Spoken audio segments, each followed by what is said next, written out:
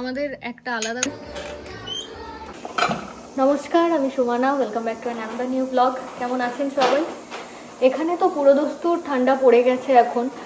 আর আজকের টেম্পারেচার বোধহয় সর্বোচ্চ টেম্পারেচার 11 ডিগ্রি। আর বাইরে পুরো ঘন কালো মেঘ আর ঝমঝম করে বৃষ্টি হচ্ছে, মনে হচ্ছে যেন একদম বর্ষাকাল। আর তাই এই বর্ষাকাল একটা আমেজ, তার উপর জমিয়ে ঠান্ডা পড়েছে। আমি ভাবলাম বাড়িতে একটু খেজুর গুড় ছিল, একটু কাঁচা গোল্লা বানাই, খেজুর গুড়ের কাঁচা গোল্লা। যার জন্য আমি এখানে একটা খেজুর গুড়ের পাটালি নিয়ে নিয়েছি। আর এখানে রয়েছে একটু ছানাটা ভালো করে জল ঝরিয়ে একটু গুঁড়ো গুঁড়ো করে নিয়েছি। এবার শুরু করব বানাতে। তো আমি এখন এই খেজুরের গুড়টা একটু ভেঙে নিচ্ছি।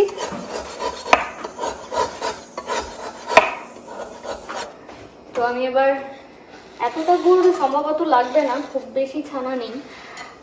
আমি মোটামুটি একটা পরিমাণ মতো নিচ্ছি, নিয়ে এটা একটু একদম মিডিয়াম লো ফ্লেমে এটা একটু নাড়াচাড়া করে নেব। যখন এটা একটা সিরাপ মতো হয়ে যাবে তখন আমি ছানাগুলো দিয়ে দেব। আমার মনে হয় পুরোটাই লেগে যাবে, পুরো গুড়টাই লেগে যাবে, কেননা প্রথমবার করছি তো, যার ফলে আমার ধারণা নেই যে কতটা কি দিতে হবে বা কতটা কি লাগতে পারে। তো গুড়টা মোটামুটি হয়ে গেছে। এবার আমি ছানাটা দিয়ে দেবো।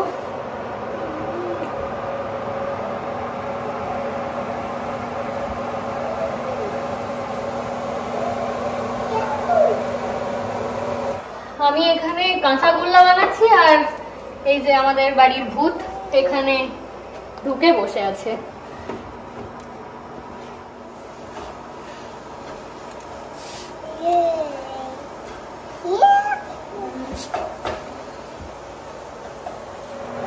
তো এই যে আমি গুড়ের সাথে ছানাটা মেখে নিচ্ছি, তবে খানিকটা সময় লাগবে আমার যেটা দেখে মনে হচ্ছে, কারণ এটা মিহি মতো হবে, এখনো লাম্পস রয়েছে।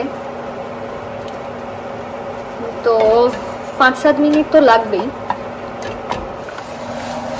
তো এই দেখুন কালারটাও চেঞ্জ হয়ে গেছে আর একদম মিহি মিহি হয়ে গেছে। আমি এবার তুলে নেব।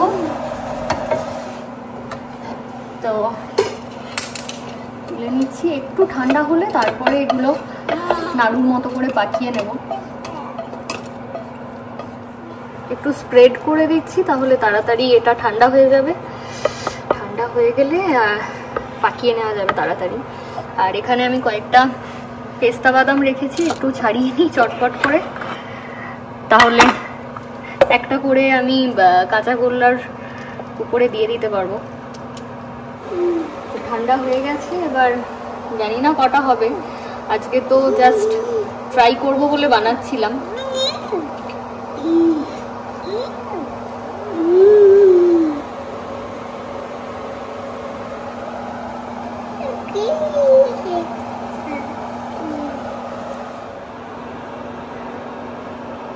তো মোট 10টা বানালাম কাঁচা গোল্লা। আজকে পরিমাণটা একটু কম হয়েছে আর একটু শুকনো হয়ে গেছে।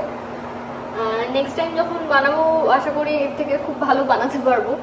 তবে টেস্ট ওয়াইজ খুব ভালো হয়েছে। এই হচ্ছে কাঁচা গোল্লা। দোকানের মতো টেস্ট এসেছে, কিন্তু শেপটা দোকানের মতো দিতে পারিনি। তো রাতে ডিনারের পর এখন আমরা খাবার দাবার কিছু বেড়াতে যাওয়ার জন্য নিয়ে যাওয়া হবে। আর ওখানে গিয়ে রান্না টান্নার জন্য মশলাপাতি সমস্ত কিছু আমরা আজ থেকে প্যাকিং করে রাখছি। তো এই সবে শুরু করেছি। তো আমার একবারে ক্রেটটা রেডি করে নেওয়া হচ্ছে। 2টো ম্যাগির প্যাকেট নেওয়া হয়েছে, এখানে মুগ ডাল নেওয়া হচ্ছে, আর এখানে মুসুর ডাল নেওয়া হবে, কারণ মুসুর ডাল খিচুড়ি করার ইচ্ছে রয়েছে একদিন, মুগ মুসুর মিশিয়ে একসাথে, বা কোনোদিন যদি মুসুর ডাল খেতে ইচ্ছে করে, ভাত ডাল, তাই এখানে নিয়ে নেওয়া হচ্ছে মুসুর ডাল। তো এখানে সব থেকে জরুরি যেটা, যেহেতু ঠান্ডার জায়গায় যাচ্ছি, চাটা সব থেকে বেশি জরুরি। আমি এখন চা নিয়ে নিচ্ছি। এখানে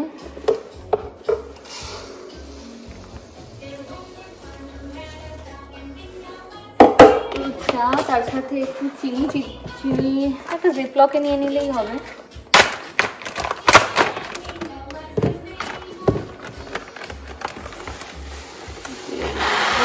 চিনি একমাত্র চায়ে চিনি আমিই খাই, আর কেউ খায় না। আর যদি রান্না টান্নায় লাগে সেই জন্য একটু বেশি করেই নিলাম। এরপর বিস্কুট নিয়ে নিতে হবে, বাচ্চাদের জন্য তো নিতেই হবে, কারণ পুরো রাস্তায় বাচ্চারাও খাবে, তার সাথে ওখানে গিয়েও লাগবে চারদিনে। চা, চিনি, ডাল। আচ্ছা, চালটা নিতে হবে এবার। চালের জন্য একটা জিপলক না, একটা চালের জন্য একটা কন্টেনার নিতে হবে। এই যে এখানে আমাদের মহারানী চলে এসেছে উৎপাত করতে। Thank you. শুধু শুধু এখান থেকে কিচ্ছু বার করবে না, হ্যাঁ? Thank you. কিছু বার করবে না এটা থেকে। তো চালের জন্য এই প্যাকেটটাই নিয়ে নেওয়া হচ্ছে, আলাদা করে আর কোনো কন্টেনার নেওয়া হচ্ছে না। এটা তো শুধু কি এখানে একটু টিভি চালিয়ে এনগেজ করে দিয়েছি, যাতে আমাদের মশলাপাতিগুলো আমরা ঠিকঠাকভাবে গুছিয়ে নিতে পারি। তো এখানে আরও বেশ কয়েকটা জিনিস, যেমন গোটা গরম মশলা, তার সাথে শুকনো লঙ্কা নিয়ে নিয়েছি। এখানে তন্দুরি মশলা, গরম মশলা, এখানে এটা নিয়েছে লবঙ্গ গুঁড়ো। তো এই মশলাগুলো নেওয়া হলো। আর এখানে ছোট ছোট কন্টেনারে জিরে, হলুদ, লঙ্কা, ধনে গুঁড়ো এসব নেওয়া হচ্ছে আপাতত। তো আমাদের একটা আলাদা করে এরকম ছোট ছোট কন্টেনার রাখাই থাকে বেড়াতে যাওয়ার জন্য। তো এখানে মোটামুটি মশলা তো সব নিয়ে নেওয়া হয়েইছে। আর লাস্ট কয়েকটা জিনিস, যেমন এখানে গোটা জিরে আর এইসব মশলা তো রয়েছে। আমরা তো লাস্ট টাইম যখন আমরা ক্যাম্পিংয়ে গিয়েছিলাম তখন এইসব কন্টেনারগুলো নিয়ে গিয়েছিলাম। আর এখন কালি জিরা চাল নিয়ে নেওয়া হলো অল্প করে একটু, যদি ওখানে কারোর স্পাইসি রাইস খেতে ইচ্ছে করে সেই জন্য এটা ব্যাকআপ পারপাসে নেওয়া হলো। আর বাদবাকি তো সবই নেওয়া হয়ে গেছে, মশলা টশলা সব কিছু নিয়ে নেওয়া হলো। সুধা একটা নুনের কন্টেনার নিয়ে ভেগেছে। শুধু ওটা ওখানে রেখে দাও, আমাদের ওটা তো লাগবে। চলো চলো। Thank you, thank you. মোটামুটি সব কমপ্লিট। এটা রান্নার আর যেগুলো রয়েছে বাদবাকিগুলো, যেমন বিস্কুট আছে, বাচ্চাদের পাস্তা আছে, টুকটাক চিপস টিপস, এগুলো সব পরে নিয়ে নেওয়া হবে। এখন আপাতত এই জিনিসগুলো রেখে দেওয়া হলো। আবার চলে এসেছে বদমাইশটা। তো এটা এখন প্যান্ট্রির মধ্যে ঢুকিয়ে রাখা হচ্ছে, নইলে সুধা বারবার এসে এর উপর হামলা করছে। তো এরপর আমাদের ইচ্ছে রয়েছে যে ক্রিসমাস ট্রিটা সাজাবো। জানি না সুধা ঘুমোবে কিনা, যদি না ঘুমোয় ভাবছি ওকে নিয়েই শুরু করে দেবো, কেননা ডিসেম্বরে তো মাঝামাঝি হয়েই গেল, আর ক্রিসমাস কটা দিন বাকি আছে। এখনও যদি না সাজাই তাহলে আর সাজানোর কোনো দরকারই নেই। তো ওকেও একটু অ্যাডজাস্ট হতে দিতে হবে, একটু সময় লাগবে। তাই ভাবছি আজকেই এইসব কাজ টাজ মিটিয়ে আমি একটু কিচেনটা পরিষ্কার করে তারপর সাজাতে শুরু করব। এখন 11টা বাজছে আর সুধা এই মাত্র ঘুমোলো, কিন্তু আমাদের আর এনার্জি নেই ট্রিটা সেট আপ করার জন্য, যার ফলে আজকে আপাতত স্থগিত রইল।